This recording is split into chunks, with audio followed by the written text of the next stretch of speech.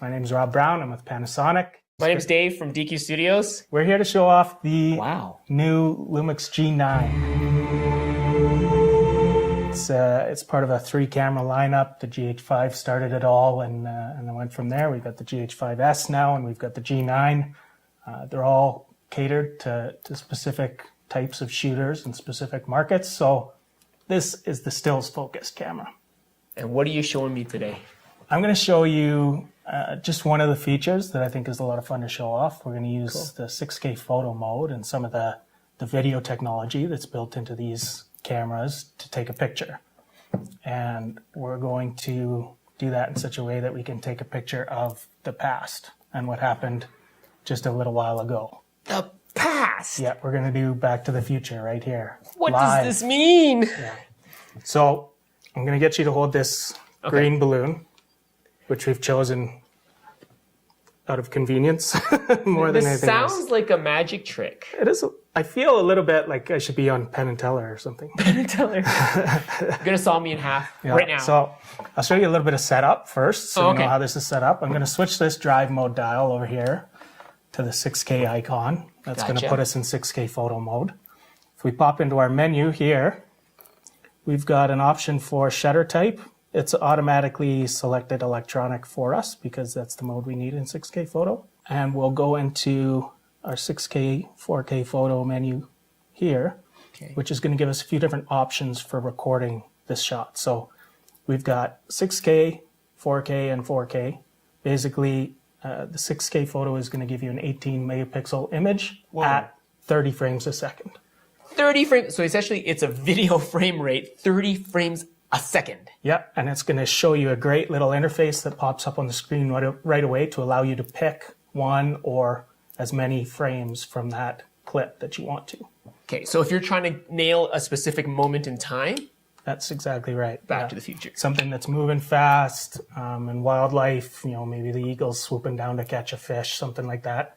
You're going to be able to capture an exact moment in time quite easily using this feature with just a flick of the drive mode, as long as you know how to set it up. Once you're set up, every time from there, you just flick the drive mode and you're back to where you set it up the previous time. So our 6K is going to be an 18 megapixel image.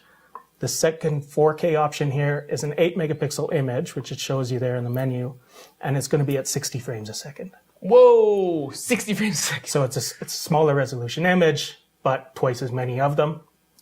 So again, that's gonna give you an even more precise moment in time if the action is happening very, very quickly, and you want to be sure that you capture the exact right frame. 60 frames is going to give you a few more to choose from.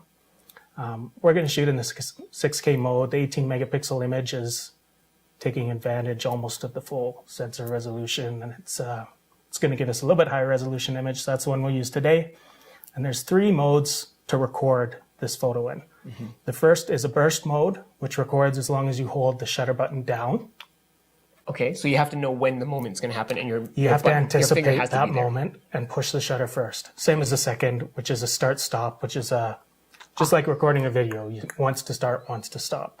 I see. So you can wait for something to happen, and once that moment clears, press stop, then you stop, and you're good to go. You nailed the last 60 frames. So it's really just 3 different styles of accomplishing the same thing, of shooting the same shot. What do you like to use? My favorite is the third one, which is the pre-burst feature. So this one only requires one shutter press, just like you're taking a regular photo. With this pre-burst mode, it's constantly recording 1 second. So it's buffering 1 second of everything that it sees until I hit the shutter. And once I hit the shutter, then it gives me that previous second and the next second. So with this mode, the shutter is in the middle of your 2-second event. So if you're waiting for something to happen, waiting for an event, you're going to hit the shutter a little bit after because our reflexes aren't exactly as fast, and you're still going to capture that image within a full second. Oh, that's crazy. So just as a demo, this isn't necessarily a real world scenario, but we've got this all set up now.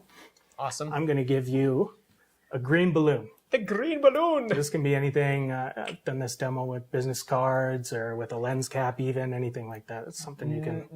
No lenses or cameras were damaged in the making of this video. Yeah, all right. You can do this at home if you like.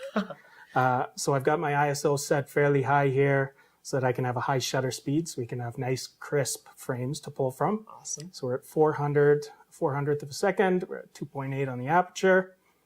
Got my 6K photo mode ready and I'm focused. So you're going to drop that balloon anytime you like. I'm not going to know when it's happening. You don't tell me. You just do it. Fake.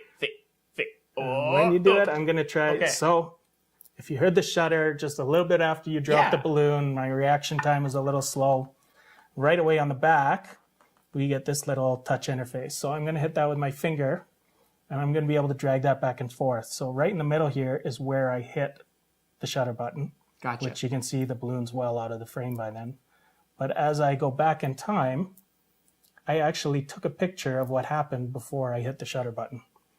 And I took a picture of when you released the balloon, and I actually have frames going back well before that too. So these are all frames that I can pull from and save to my card as individual files. So if I want to catch that exact moment where you dropped it and it's hanging in the air, now I just hit my OK button, and it's going to ask me to save, and that's going to punch a JPEG over to my SD card. That's insane. And just like that, we're saved. So we have 2 files saved right now. We have a 2-second video clip, which is saved to the card. Okay. And we have now this JPEG, this frame that I've punched out. So I can save as many of those JPEGs as I want. If I want to change to the balloon just hovering there, now I hit the OK button again, save this image, and it's going to save.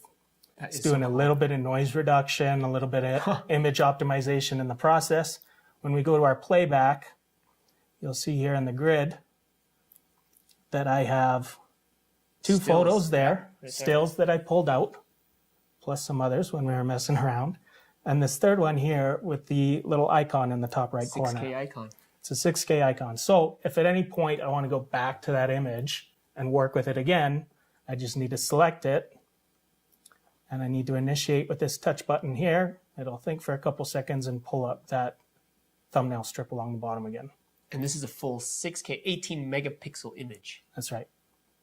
Crazy. The time machine. The 6K dimensions works out to an 18 megapixel image with this sensor.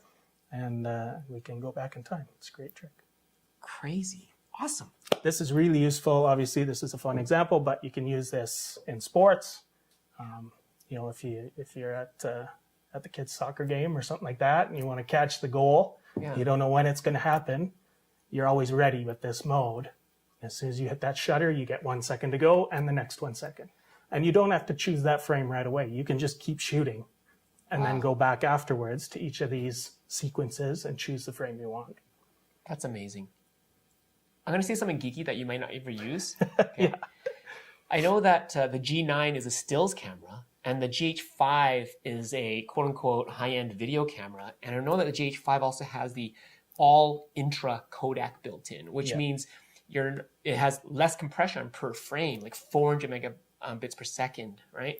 So it sounds like what they're doing is actually giving you the full sensor readout, all intra, for that 2 seconds in the G9, which gives it the power of the GH5, but it's focused on stills. Yeah, and the mode was really born out of video. Amazing. And it goes back a couple of years now, at least. And even in some of our compact and lower end cameras, that 4K video, 4K photo feature is available. Amazing. So even on the smaller sensors, the compact cameras, obviously not as powerful processors in them, they can still take advantage of that 4K photo mode.